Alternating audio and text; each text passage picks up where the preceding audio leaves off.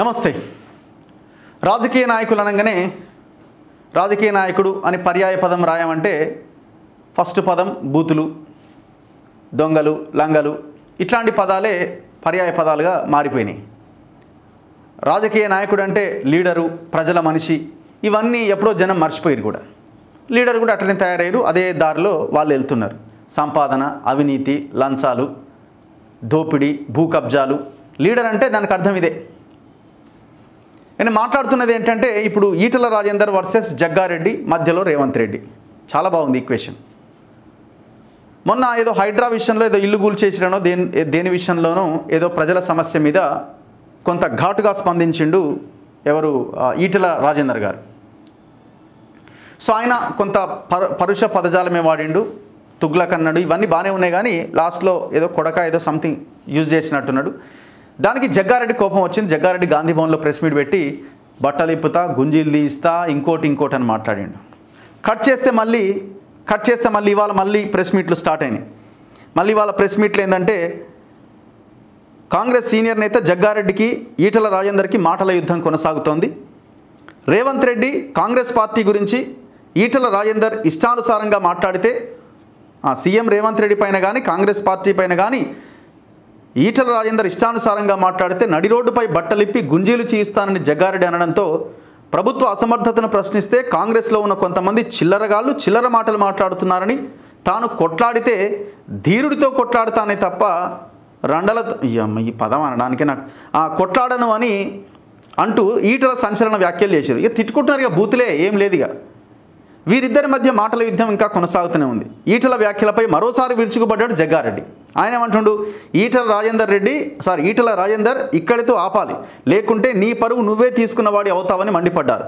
నీ నస తట్టుకోలేకే కేసీఆర్ పార్టీ నుంచి వెళ్ళగొట్టాడు అని మరో బాంబు పేల్చారు జగ్గారెడ్డి. కాంగ్రెస్ని ఈటల రాజేందర్ తట్టుకోలేనని, తాను మంచి వాళ్లకు మంచోని, చెడ్డ వాళ్లకు చెడ్డోని అని వెల్లడించారు. ఇప్పుడు ఎవరిని తప్పుపట్టాలా, ఎవరిని ఎత్తుకోవాలా, ఏంది కథ ఇది? సరే, ఈటల రాజేందర్ ఏ అంశం మీదనైతే మాట్లాడుతున్నారో ఆ అంశం సరైందే, దాంట్లో డౌట్ లేదు. పేదల ఇండ్లను కూలుస్తున్నారు, పెద్దోని కాపాడుతున్నారు అన్న పాయింట్ని ఆయన ముందు నుంచి ఆ మూసి ఈ పరివాహక ప్రాంతం అక్కడి నుంచి ఆయన కొట్లాడుతున్నాడు. దీన్ని మనం యాక్సెప్ట్ చేయాల్సిందే. కానీ అదే సందర్భంలో ఆయన ఆ చివరగా మాట్లాడిన పదం ఏదైతే ఉన్నదో ఏందది,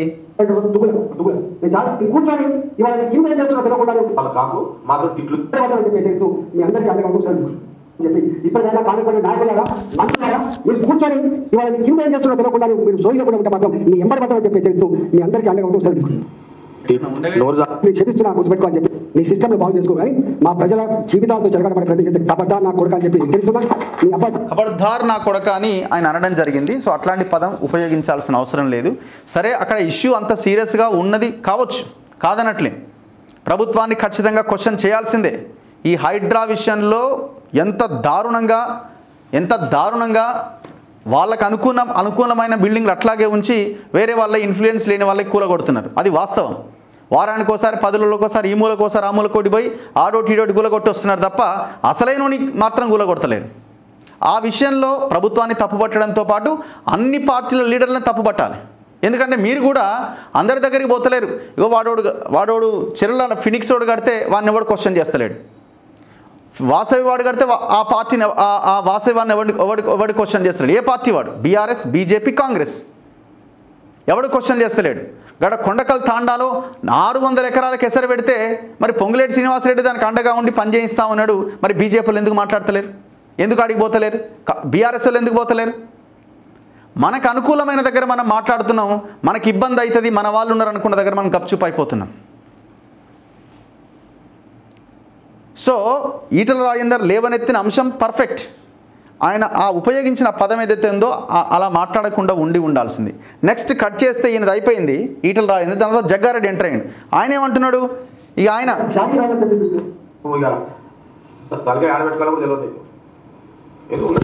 లాంగ్వేజ్ ఉన్నది కదా, వాడు ఏమున్నది అట్లా, నువ్వు ఆల్రెడీ ఎంపీవి కదా,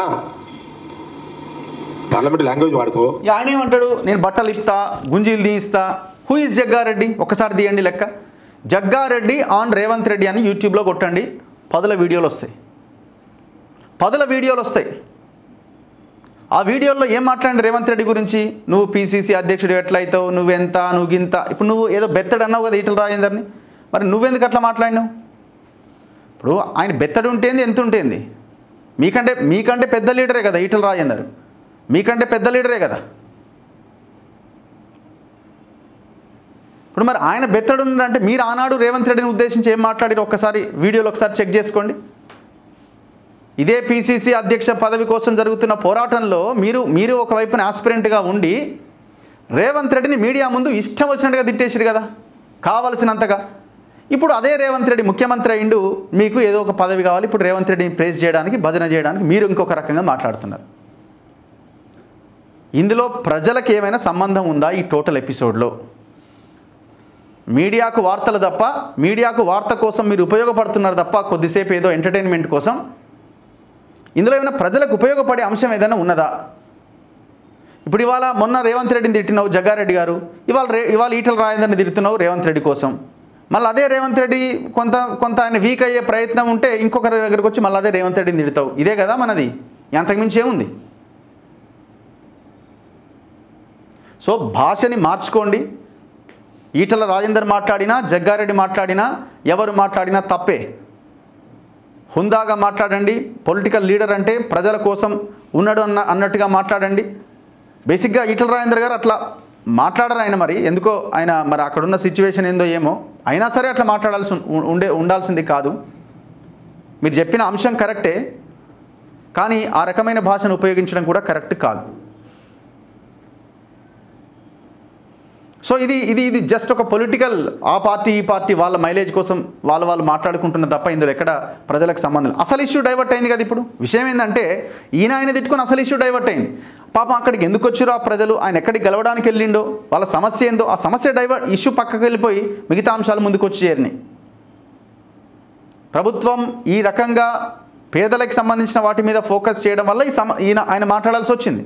మరి ఆ ఇష్యూ ఎక్కడ పోయింది? ఇప్పుడు ఏ ఇష్యూ వచ్చి ముందర పడ్డది? జగ్గారెడ్డి కానీ, మహేష్ గౌడ్ కానీ, ఇంకెవరు కానీ మాట్లాడాల్సింది ఈటల రాజేందర్ లేవనెత్తిన అంశం మీద మాట్లాడండి. ఆయన కౌంటర్ ఇవ్వండి, ఆ ప్రయత్నం చేయండి. ఇది ఈటల, జగ్గారెడ్డి మధ్యలో రేవంత్ రెడ్డి. ఇది కేవలం వాళ్ళ ఉనికి కోసమో లేకపోతే ఇంకో దానికోసమో మాట్లాడుతున్న మాటలు తప్ప ఇందులో ప్రజలకి ఏమాత్రం సంబంధం లేని విషయం ఇది.